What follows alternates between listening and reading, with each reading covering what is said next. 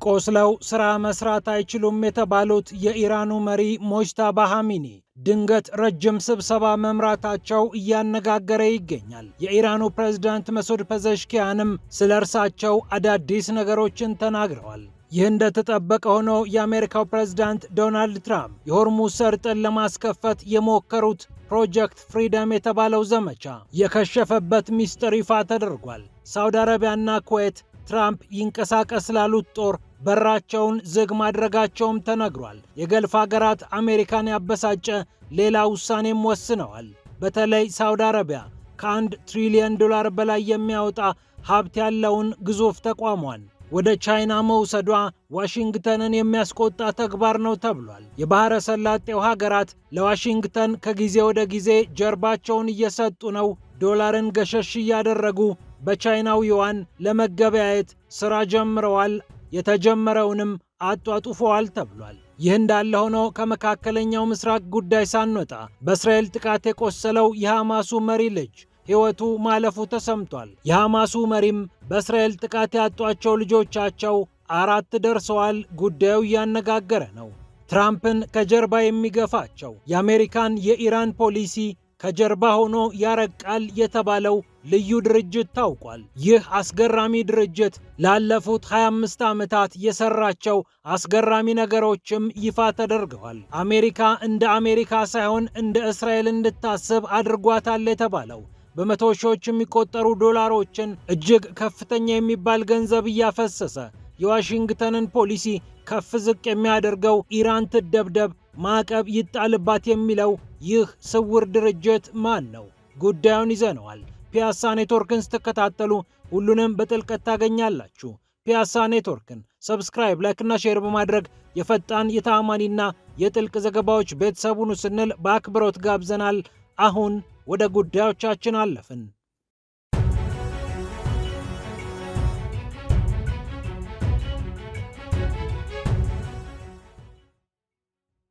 ስለ ኢራኑ መሪ ሞጅታባ ኻሜኒ አዲስ ነገር ተሰምቷል። የኢራኑ ፕሬዝዳንት መሱድ ፐዘሽኪያን ሰውየውን አግኝቻቸዋለሁ ብሏል። 2 ሰዓት ተኩል ፈጅቷል የተባለው ስብሰባም መነጋገሪያ ሆኗል። ከአባታቸው ጋር ሆነው የእስራኤልና የአሜሪካ ጣምራ ዘመቻ ሲጀመር ጥቃት የተፈጸመባቸው አባታቸውን፣ ባለቤታቸውን፣ ሌሎች የሥጋ ዘመዶቻቸውን ያጡት ሞጅታባ ኻሜኒ እርሳቸውም ስለ መቁሰላቸው ሲነገር ነበር። የአሜሪካዊ መከላከያ ሚኒስትር ፒት ሄግሴት ሳይቀሩ ሰውየው አካላቸው ሙሉ አይመስለኝም ብለው እስኪናገሩ ድረስ ስለ ሰውየው ብዙ ነገር ተብሏል። የኢራን መሪ ተደርገው ከተሾሙ በኋላ በአደባባይ ድምፃቸውም ፊታቸውም ያልታየው ሞጅታባ ኻሜኒ ለመሆኑ ሀገሪቱን የእውነት እየመሯት ነው ወይ የሚሉ ጥያቄዎች በተከታታይ ተጠይቀዋል። ባለፉት ጥቂት ሳምንታት ብቻ ከቢቢሲ እስከ ሲኤንኤን ያሉ መገናኛ ብዙሃን እረ ሞጅታባ ኻሜኒ የት ናቸው ብለው ጠይቀዋል። በዚህ ሰዓት ሀገሪቱን ከምር የሚመሯት የኢራን ምክር ቤት አፈ ጉባኤ መሐመድ ባገር ጋሊባፍ ናቸው ብለው በእርግጠኝነትም ተናግረው ነበር። ታዲያ የኢራኑ ፕሬዝዳንት መሱድ ፐዘሽኪያን ብቅ አሉና አይሪብ ለተባለው የሀገራቸው መገናኛ ብዙሃን እንዲህ ተናገሩ።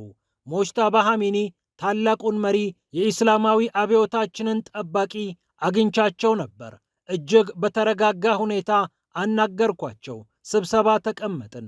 ሀገሪቱን እየመሩ ያሉበት መንገድ እርጋታን ያላብሳል ሲሉ መሰከሩላቸው። በአጠቃላይ ሀገሪቱን በእርጋታ ከመምራትም ባሻገር በጋራ በእምነት በመተዛዘንና በመነጋገር የአስተዳደር ስራቸውን እየሰሩ ይገኛሉ ሲሉ ፐዘሽኪያን ስለ ሞጅታባ ኻሜኒ ተናገሩ። ይህ ጉዳይ የተሰማው አሜሪካና ኢራን የሚያደርጉት ንግግር ፍሬ ሊያፈራ ይችላል ተብሎ በሚነገርበት ሰዓት ነው። ይህ ደግሞ የኢራንን የመደራደር አቅም ከፍ ሊያደርገው እንደሚችል ይገመታል።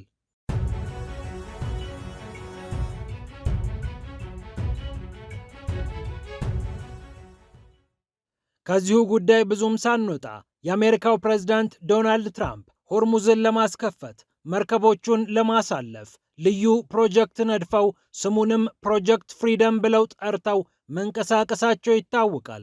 ከ48 ሰዓታት በላይ ያልዘለቀው ይህ የትራምፕ ዘመቻ ሊከሽፍ የቻለበት ሚስጥርም ይፋ ተደርጓል።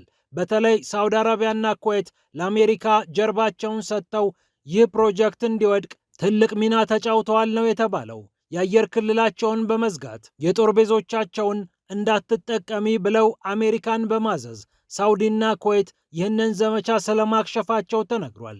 ሁለቱ ሀገራት ትራምፕ ችግሩን ለመቋጨት ሳይሆን ለማወሳሰብ የሞከሩበትን ምክንያት እንዳልወደዱት ነው የተነገረው። በፍጥነት ሳውዲ አረቢያ የልዑል ሱልጣን የጦር ቤዝን እንዳትጠቀሚ በአየር ክልሌም እንዳታልፊ ብላ ለአሜሪካ መልእክት እንደላከች ኤንቢሲ ኒውስ ሁለት የአሜሪካ ከፍተኛ ባለስልጣናትን ጠቅሶ ዘግቧል። ድሮፕ ሳይት በበኩሉ ኩዌትም ተመሳሳይ ነገር ማድረጓንና የጦር ቤዞችን እንዳትጠቀሚ የአየር ክልሌንም እንዳታስቢው እንዳታልፊበት ብላ ለዋሽንግተን ጠበቅ ያለ መልእክት አስተላልፋለች። በተለይ ሳውዲ አረቢያ አሜሪካ ሆርሙዝን ከማስከፈትና ከመደራደር ይልቅ ችግሩን ሊያወሳሰብ የሚችል እርምጃ መውሰዷ አስከፍቷታል ነው የተባለው። ይህ ያበሳጫቸው የአሜሪካው ፕሬዝዳንት ዶናልድ ትራምፕ ደግሞ ለንግግሩ ሲባል ዘመቻዬን ትቼዋለሁ ብለው በአደባባይ ተከስተው እንደነበር ይታወቃል።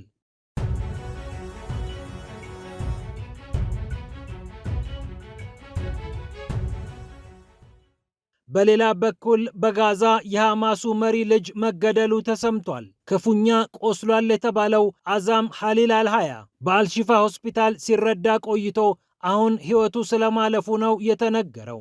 የሐማሱ መሪ ሐሊል አልሃያ ከ2008 እስከ 2025 እንደ አውሮፓውያን አቆጣጠር ባሉት ዓመታት 3 ልጆቻቸውን ማጣታቸው ይታወቃል። አሁን ደግሞ አራተኛው ልጃቸውን አጥተዋል ማለት ነው። ሰውየው ግን የቱንም አይነት ነገር ቢፈጠር ከያዙት አቋም ንቅንቅ እንደማይሉ ከሰዓታት በፊት መናገራቸው ይታወሳል።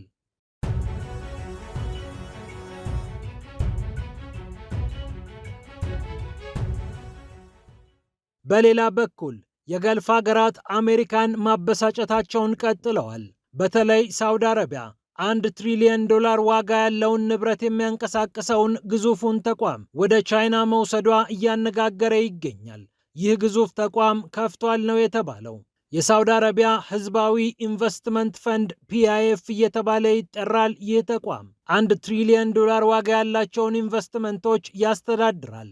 ከቤጂንግ እስከ ሻንጋይ ቅርንጫፎቹን ከፍቶ አሁን ስራውን አጠናክሮ ቀጥሏል። በሻንጋይ የተከፈተው አዲሱ ቅርንጫፍም የሳውዲ አረቢያን ኢንቨስትመንት ከማስፋፋት በተጨማሪ የቻይና ኩባንያዎች በሳውዲ አረቢያ መጥተው ኢንቨስት እንዲያደርጉ እንዲያግባባ ይደረጋል ተብሏል። ኳታርም የተባበሩት አረብ ኤምሬትስም ሳውዲ አረቢያም ከቻይና ጋር ያላቸውን የኢንቨስትመንት ግንኙነት እያጠናከሩ ሲሆን በዩዋን የሚከፍሏቸውንና የሚገበያዩባቸውን የገበያ ስርዓቶችም እየዘረጉ ይገኛሉ።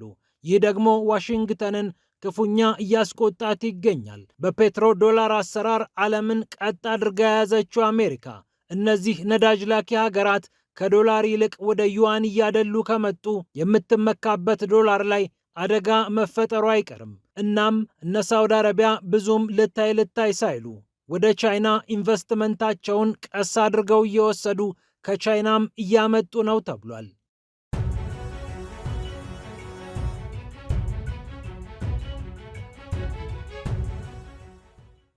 በመጨረሻም አሜሪካ ሳይሆን እስራኤልን እንድትመስል አድርጓል የተባለው የአሜሪካው ፕሬዝዳንት ዶናልድ ትራምፕ እና መንግስታቸው አፍቃሪ እስራኤል ጸረ ኢራን አቋም እንዲያራምዱ አድርጓል የተባለው ድርጅትን በተመለከተ አዳዲስ ነገሮች ተሰምተዋል። FDD ይባላል። ፋውንዴሽን ፎር ዲፌንስ ኦፍ ዲሞክራሲስ ዘርዘር ተደርጎ ሲቀመጥ የሚነበብ ስሙ ነው። ዲሞክራሲዎችን የመከላከል ዓላማ አለኝ ብሎ የሚያስበው ይህ ፋውንዴሽን በእስራኤላውያን የተቋቋመ እንደሆነ ይታወቃል። በእስራኤላውያን መቋቋም ብቻ አይደለም፣ በአሜሪካ ውስጥ ከፍተኛ ተጽዕኖ ፈጣሪ መሆን ችሏል። ታዲያ ከሰሞኑ አንዳንድ አነጋጋሪ ነገሮች ታይተዋል። የአሜሪካው ፕሬዝዳንት ዶናልድ ትራምፕ የሚያስተዳድሩት በዋይት ሃውስ ስር የሚገኘው ራፒድ ሪስፖንስ የተባለው የኤክስ ማህበራዊ ገጽ አንድ ምስል ለተከታታዮቹ አጋርቶ ነበር ከሰሞኑ። ይህ ምስል በዚህ ተቋም የተዘጋጀና ኢራን በጆ ባይደን ምክንያት የኒውክሌር ቦምብ ለመስራት ተቃርባ እንደነበር የሚያመላክት ነው። የአሜሪካው ፕሬዝዳንት ዶናልድ ትራምፕ ይህንን ቢሉ ብዙም ባላስገረመ፣ ነገር ግን መረጃውንና ምስሉን የተጠቀሙት ከኤፍዲዲ መሆኑ ግን ብዙዎችን አነጋገረ። ይህ ብቻም አይደለም። በቅዳሜ ዕለት የአሜሪካው ፕሬዝዳንት ዶናልድ ትራምፕ ኒክ ስቱዋርት የተባሉ አንድ አዲስ ባለስልጣን ለአንድ ቢሮ ሾሙ። ይህ ቢሮ የሰላም ተልዕኮዎች ቢሮ የተባለ ሲሆን በልዩ ልዑክ እንደሚመራ ተነገረ።